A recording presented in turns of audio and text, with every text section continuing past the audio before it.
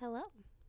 So, for my picture book recommendation assignment, I decided to choose the book Be Quiet by Ryan Higgins, and it is a picture book about a little mouse named Rupert who simply just wants to star in a picture book without words. And he goes to tell his friends about it, and they just won't shut up for the entire duration of the book. So, let's get into it. So, for most of my video, I'm going to be talking about the illustrations, because frankly, that's what caught my attention.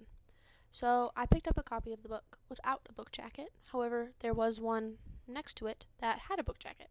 So, I thought that was interesting that the book jacket looks so much different than the actual hardcover copy of the book. And the biggest thing that I found in my analysis of the book was how the book is titled Be Quiet, but the imagery couldn't be louder.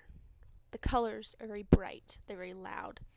The character Rupert, the little mouse, who is trying to be the star in a wordless picture book, he is seemingly the loudest character. And what I mean by that is his dialogue not only often contains all caps and exclamation points, but his text bubbles also usually take up the most space on the page in comparison to the other ones, which is ironic for a lot of different reasons.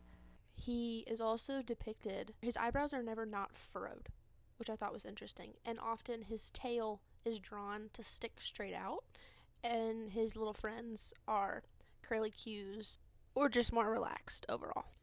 Another thing I thought was interesting, pulling from the notes, it states that young children discover much of what they know about books as they read by themselves, and teachers may find that wordless picture books are a vehicle for practicing the language experience approach, and I definitely think that this book does that.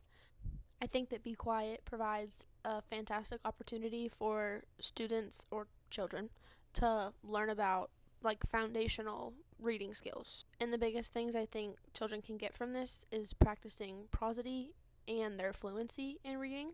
For example, with this spread, enough. I've had it. All you to do is talk, talk, talk. I can't stand it. Can you just be quiet for one page? I think the fact that the image depicts him kind of throwing a tantrum might help put two and two together for children. And according to the website, this book is meant for 3 to 5 year olds. So I think that is a perfect age for kids to kind of get dramatic with their reading. I also think that despite this book having words, most of the story comes from the pictures. The characters' emotions are written all over their drawings. So there really isn't much to analyze with the text, because the whole book is just them talking about how there's words in the book. So I don't really know how much literary analysis I can do. Well, I guess I kind of can. So this book is definitely satire on multiple levels. It not only satirizes the idea of a wordless picture book, because it is still a picture book with words, but it's actively telling you that it wants to be a wordless picture book, but it cannot be that when there are words. It also kind of is satire on telling a story. The characters are describing what makes a good wordless picture book while actively not being a wordless picture book. Does that make sense?